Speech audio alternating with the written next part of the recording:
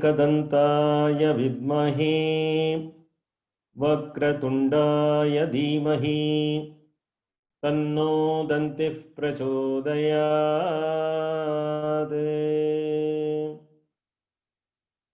ॐ महागणपतये नमः। ऐंकार ह्रींकार रहस्ययुक्त श्रींकार गुणार्तमहाविभूत्याम् ओंकार मर्म प्रतिपादिनीभ्यां नमः। श्रीगुरुपादुकाभ्याम् उग्रं वीर्यं महाविष्णुं ज्वलन्तं सर्वतोमुखं नृसिंहं भीषणं भद्रं मृत्युं नमाम्यहम्। ॐ सदाशिवसमारम्भां शङ्कराचार्यमध्यमाम् अस्मदाचार्यपर्यन्तां वन्दे गुरुपरम्पराम्। ॐ सहना भवतु सहनौ भुनक्तु सह वीर्यं करवावहै तेजस्विनावधीतमस्तु मा विद्विषावहैः। ॐ शान्ति शान्ति।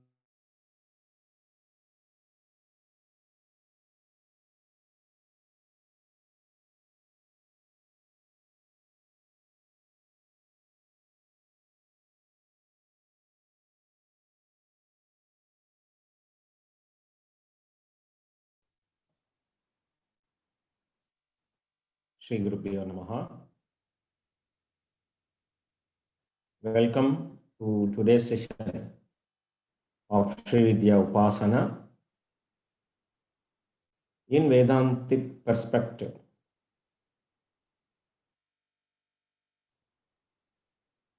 Yesterday in the introduction, I gave you a total picture about this class.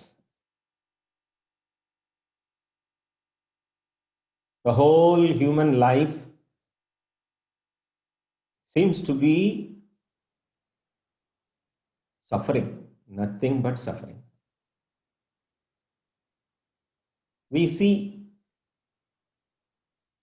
Sukha and Dukkha.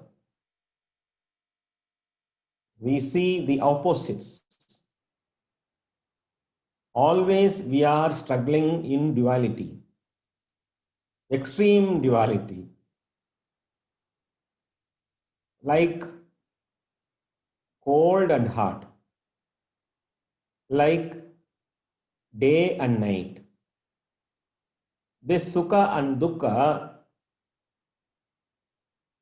are there forever. No one can claim that I am having a permanent happiness. Everyone is seeking happiness, no doubt. Nobody will seek Dukkha other than Kunti Devi. It is said in a shloka that Kunti Devi prays Lord Krishna to give again and again more and more Dukkha, sorrows. She prays for sorrow. No one will do that. But why Kunti Devi prays for sorrow? She says a reason. Whenever you give me dukkha, sorrow, then only I remember you. Otherwise, I don't remember you when I am in happiness. True. We, the human beings, never remember about Ishvara when we are in happiness, so-called happiness. But when a dukkha comes, when a sorrow comes, immediately we seek some rescue, some remedy.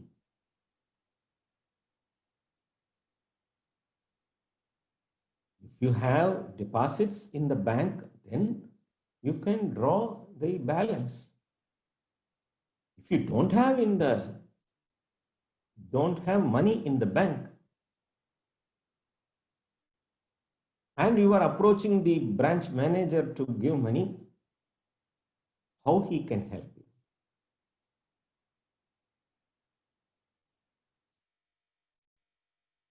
Ishvara is like the bank manager. You are having 2,50,000 rupees in the bank, and you are pleasing the manager by way of offering him some coffee, snacks, everything. You are pleasing always. Whenever you go, you treat him with some gifts or some eatables. Then one day you are writing a check for 2,50,001 rupee. Will the manager sanction the check? Will he give the money against the check? He will reject the check because of non-availability of enough fund in your account. How much is the deficiency? 1 rupee. 1 rupee shortfall. Because of this 1 rupee shortfall, your check is bounced. Like this, Ishvara is the karma phala data, the giver of your karma phala. Ishvara has no free will. You have free will to worship Ishvara or not to worship Ishvara. We have free will, but Ishvara to understand the theory of karma. What is the theory of karma? Told in Vedas to be understood. That is why in the beginning class I told, and before entering into the subject, one indication. Whenever in this class we use the word Ishvara, it means God. As per our Sampradaya, we don't use the English word God in our talks. And also, we don't use sin in our talks for specific reasons.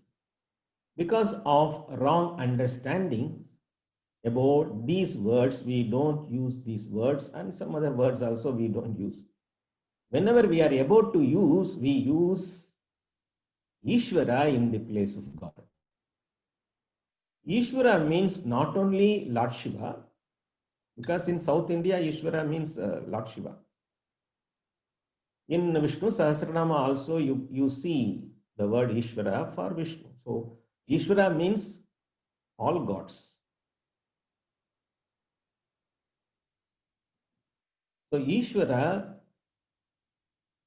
has no free will. Then how come we gain Punya Phala? By way of doing Punya Karmas. By way of leading a dharmic way of life. And we do actions. These actions will definitely produce results. Always action will produce a result. Like you throw a ball towards a wall, it will come to you in the same force. This is called karma. There are 3 kinds of karma as told in Shastra. Prarabdha karma, Sanchita karma, Agami karma. Sanchita karma is the stored karma continuing from birth to birth. Whatever we have earned as Papa or Punya is recorded in the Sanchita karma section. And we harvest from this stored karma, we harvest our prarabdha karma. What is unfolded is prarabdha karma, which we experience in this birth. And whatever we do in this birth, as good and bad, it goes to the next birth. That karma is called agami karma, which will be taken to the next birth. Human life never ends with the death. The death is for the physical body, not for the jiva.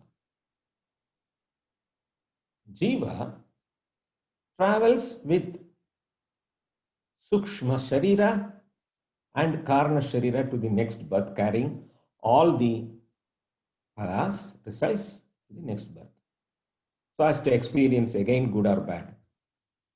As if we sleep, we have some dreams, and then we wake up. The dream is vanished. Again we sleep, we get dream.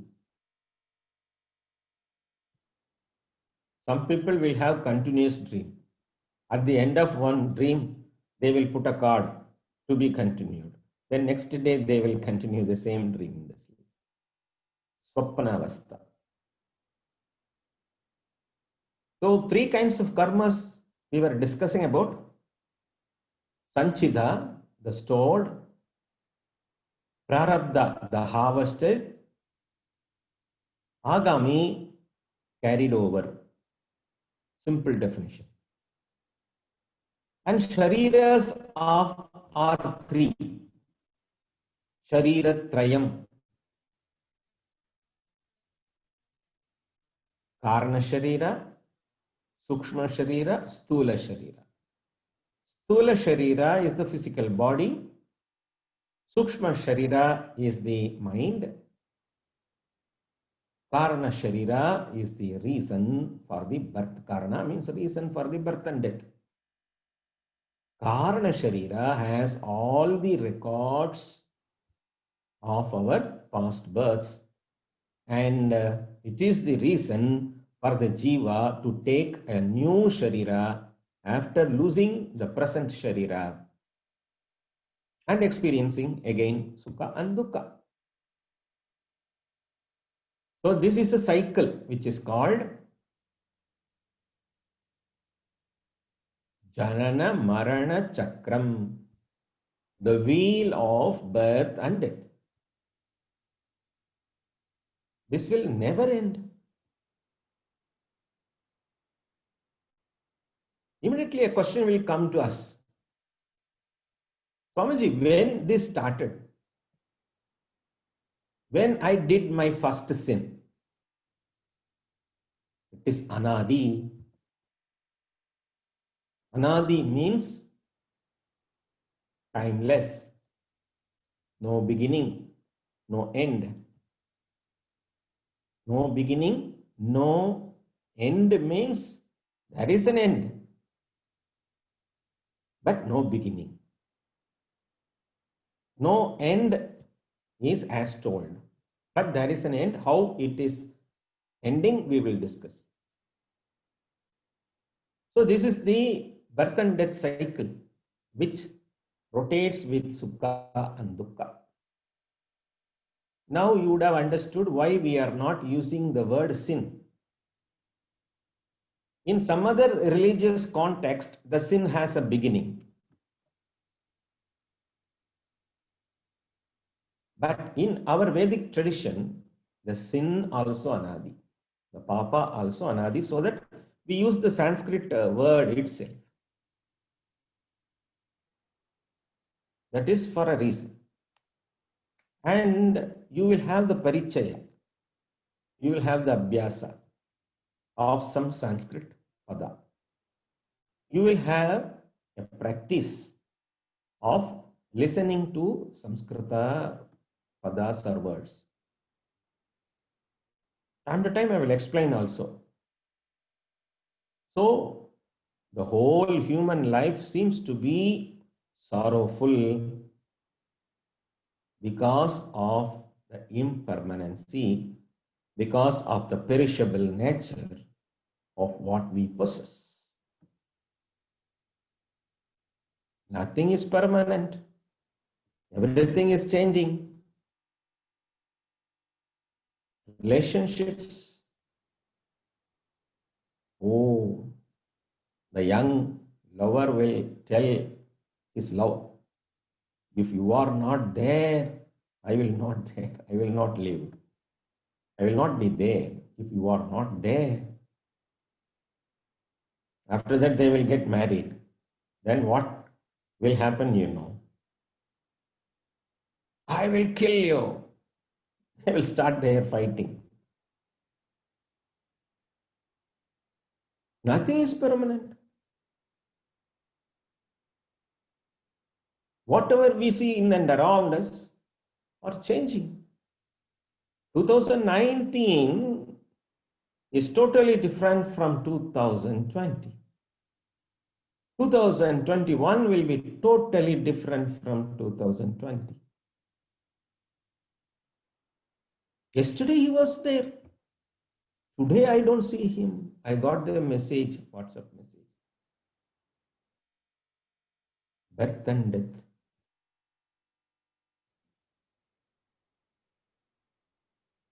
Who is that person, very old person, who was younger previously? Now he is old. Jara, the Sanskrit word for oldness is Jara. Janana Marana, Jaradi Dukkam. Nothing is permanent. We know this. You don't need a Swamiji to come and tell you. Swamiji, all these things we know. What can we do?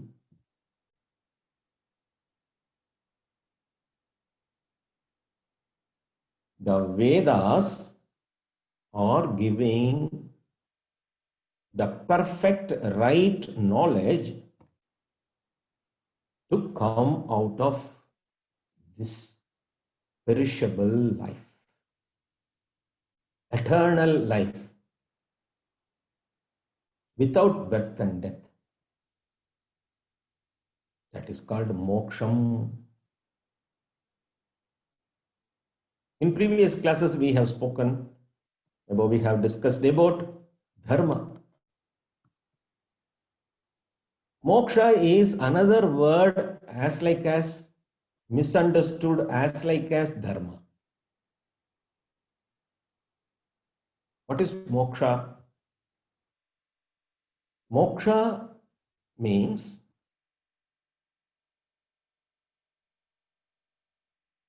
an understanding. Moksha is the discovery of the self. Who am I? If you get the answer, that is the moksha. Where do you get the answer? In your knowledge. Knowledge is liberation.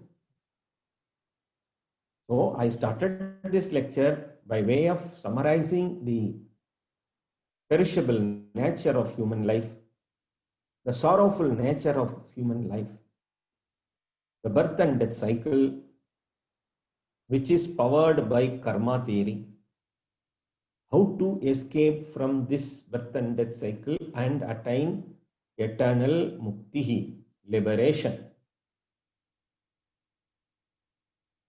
This is the core subject of all Vedic texts. In no other country you can see, in no other tradition you can see such a knowledge. Only in our Vedic tradition we have this core knowledge of liberation, core knowledge about karma, the reason for suffering.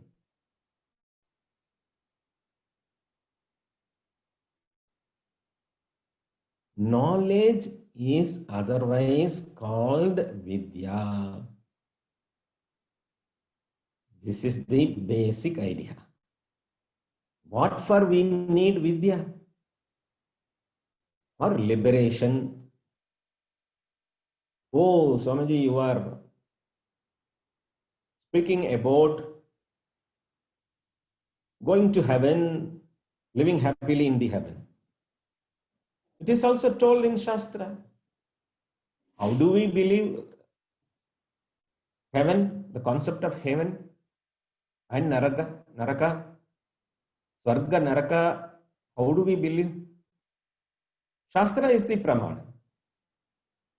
Using the Shastra pramanam, we believe, we accept the existence of naraka and swarga.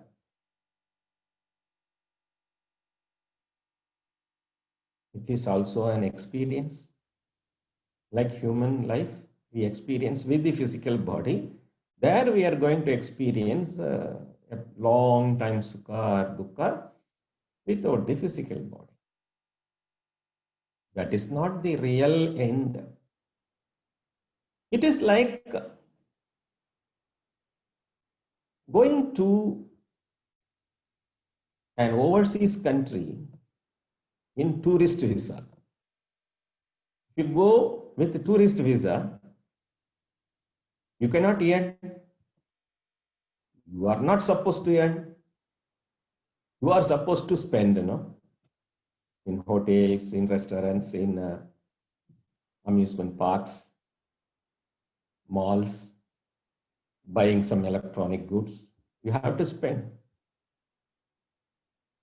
Like that, in Swarga or Naraka, you cannot earn Papa or Punya. You cannot earn anything. Papa or Punya you cannot earn.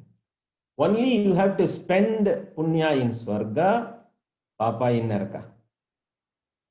Only spending.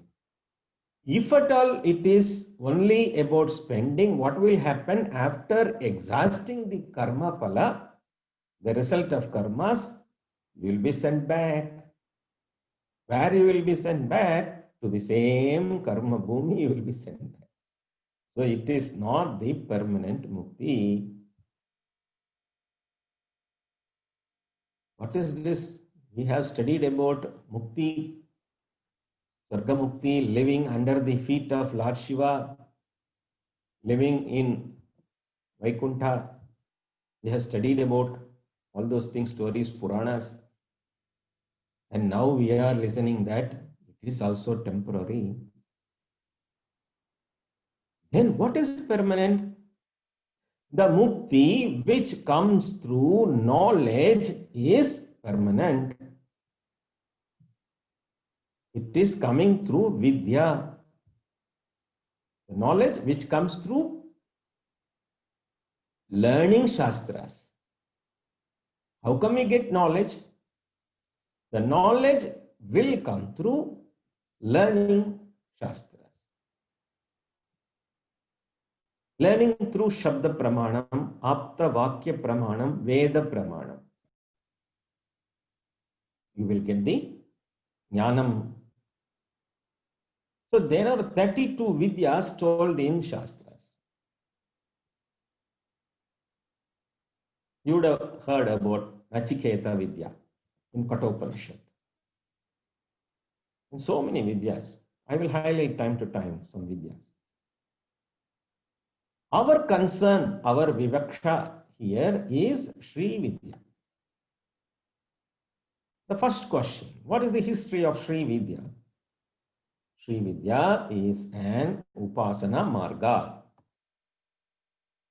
Sri Vidya is an Upasana Marga. Is it told in Vedas? Is it Vaidika? There are some group of people who reject, same Vedic people, who reject Sri Vidya as non-Vedic.